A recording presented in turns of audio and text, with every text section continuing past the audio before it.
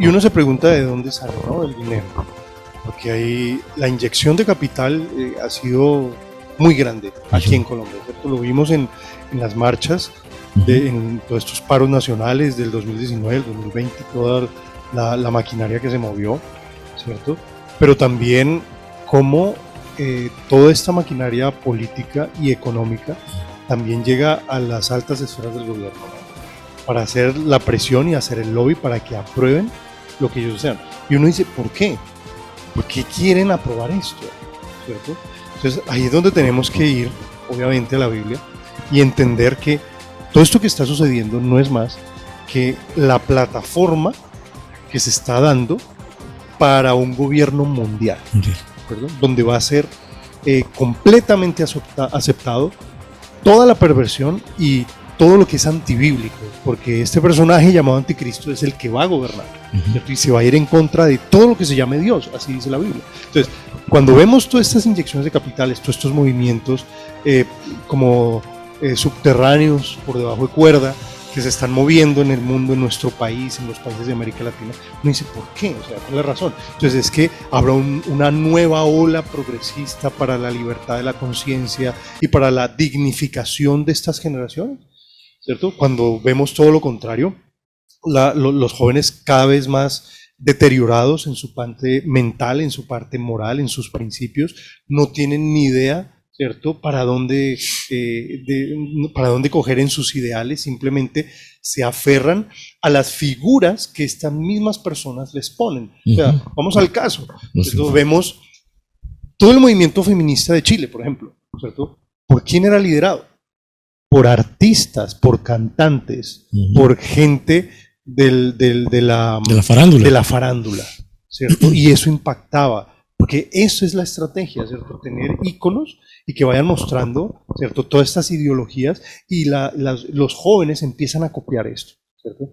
Y la otra parte que tú mencionabas era toda la estrategia en las universidades, ¿cierto?, con estas células, muchos de ellas alzados en armas, muchos son células anárquicas, células de personas conformadas por partidos políticos y por ideas de izquierda, que van lavando, obviamente, el corazón y el cerebro de estos jóvenes, ¿sí?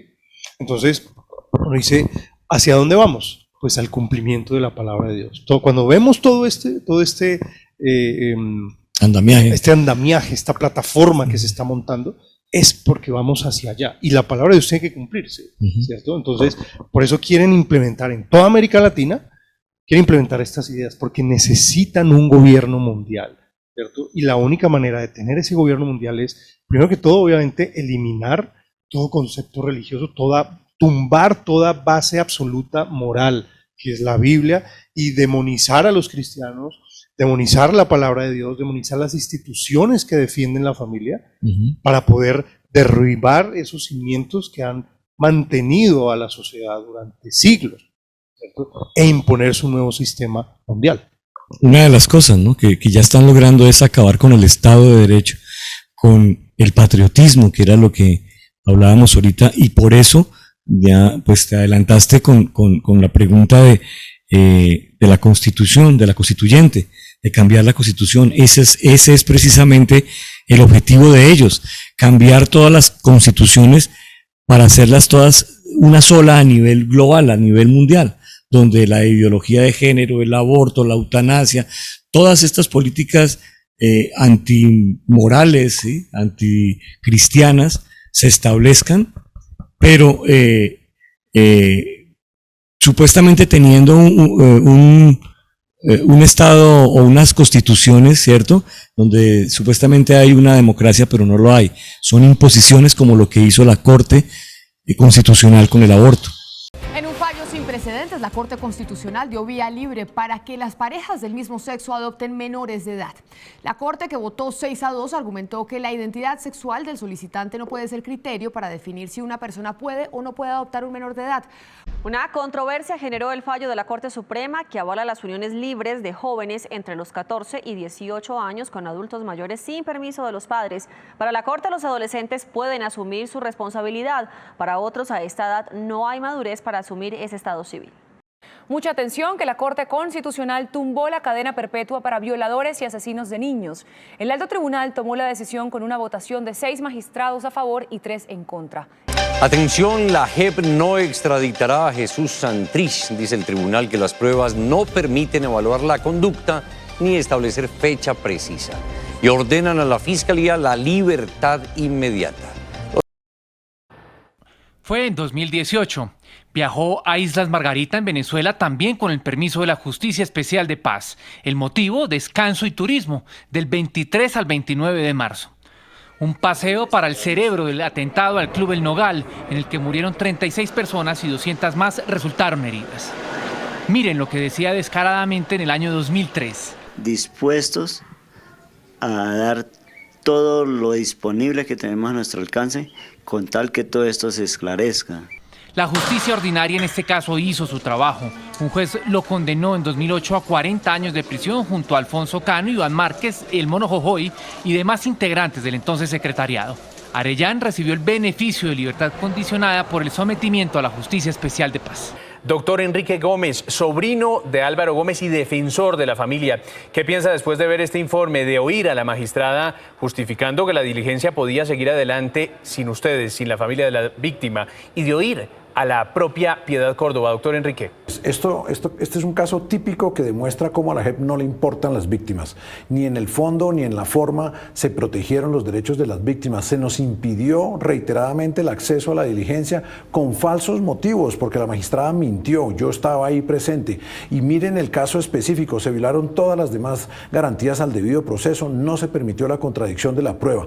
Esta es la JEP que realmente va a proteger a las víctimas. Si eso nos pasa a nosotros, que llevamos 13 años de lucha en el caso de Álvaro Gómez, ¿qué le pasará al campesino? ¿Qué le pasará al secuestrado? ¿Qué le pasará al asesinado por las FARC? La JEP no es un escenario para las víctimas, es un escenario para los victimarios, y lo que es terrible de esa declaración de Piedad Córdoba, que raya en manicomio, es que además ella no tiene ninguna prueba y confiesa que lo hace simplemente para proteger a sus amigotes Ernesto Samper y Ramiro Bejarano. Qué vergüenza la JEP, este no era el camino que se le prometió al país y no está cumpliendo su función con las víctimas. Este es un tribunal único, una experiencia única en el mundo, creado por los mismos insurgentes, en que los mismos insurgentes contribuyeron a su creación para someterse a ese tribunal. ¿Están preparados para pedir perdón si esa es una cuestión innegociable? ¿De qué dices, Andrés? Quizás. Claro que sí. Y detrás de eso también es una estrategia. Porque cuando tú impones todas estas normas y este multiculturalismo malsano en los países, ¿cierto? Que les dices, ya no hay leyes, ya no hay una constitución, ya no tienes un país por el cual luchar e identificarte, ¿cierto? Entonces, todas las normas, todas las leyes que te impongan estarán bien, porque no tienes a qué aferrarte, no tienes ninguna raíz, ¿cierto? Quitan todo nacionalismo, quitan todo patriotismo, ¿sí? Y lo que hacen es, con todas las inmigraciones, ¿cierto? Y provocar esas inmigraciones. Sé que a veces es muy cruel ver estos inmigrantes a veces morir de hambre en fronteras, pero ¿quién los movilizó?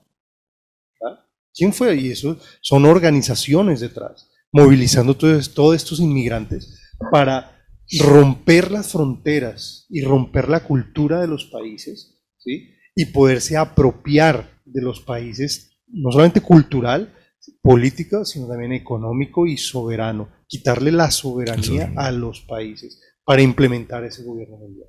Colombia en estos momentos es la democracia, bueno, durante su historia republicana ha sido la democracia más sólida en la región. De hecho, las estadísticas muestran que es el país que menos golpes de Estado, menos dictadores ha tenido y donde más libertades hay. Pero en este momento veía un informe sobre los cristianos, en los países donde los cristianos son más perseguidos. Tú me decías México y Colombia, ¿cierto?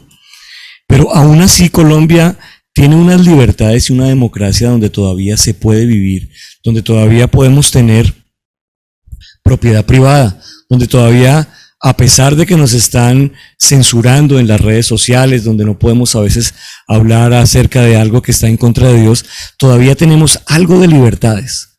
Y es por eso que es tan importante estas elecciones de Congreso y de Presidencia.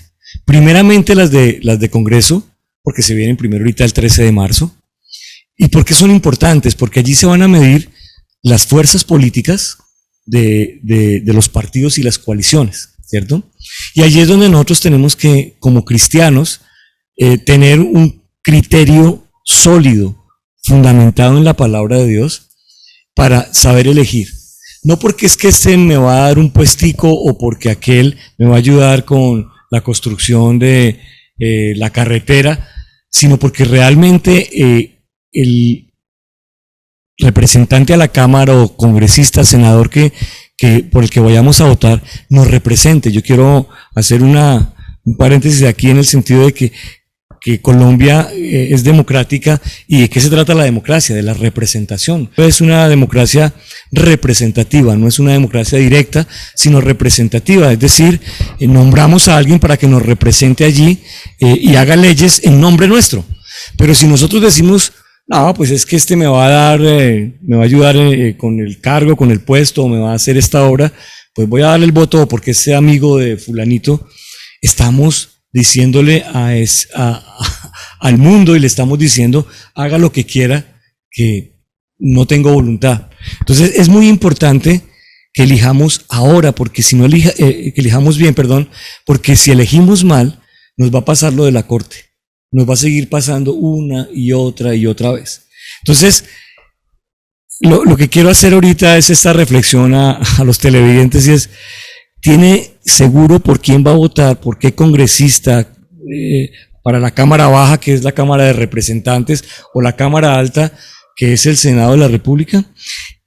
Eso yo creo que es súper importante, porque cuando el Congreso de la República quede instaurado, allí se va a saber para dónde va el destino del país. Claro, es totalmente cierto, ¿no? Y es un llamado urgente, o sea, no es unas elecciones más. O sea, Así aquí es. se está definiendo, en estas elecciones se está definiendo realmente el futuro de Colombia, porque ya hay un quiebre, ¿no? Ya hay un quiebre, ya hay unas bases sentadas de la izquierda, sabemos de qué son capaces, sabemos qué es lo que quieren, ¿cierto? Y tenemos espejos en América Latina de qué es lo que ellos desean, ¿cierto? Con tanto el Foro de Sao Paulo, el Grupo de Puebla, ¿cierto? De cómo se han adueñado de países enteros, ¿no? Y Colombia es la joya de la corona para ellos. Así es. ¿Sí? Entonces es demasiado importante estas elecciones, es un punto coyuntural y la invitación es, obviamente, por favor reflexionen, ¿cierto? El carácter sí importa, o sea, cuando tú miras la historia bíblica, cuando se ponían los reyes en el pueblo de Israel, ¿sí? El carácter de ese rey influenciaba mucho sobre el destino, la seguridad y la prosperidad de la nación. Y cuando había un rey bueno, que era temeroso de Dios, ¿sí? La nación prosperaba.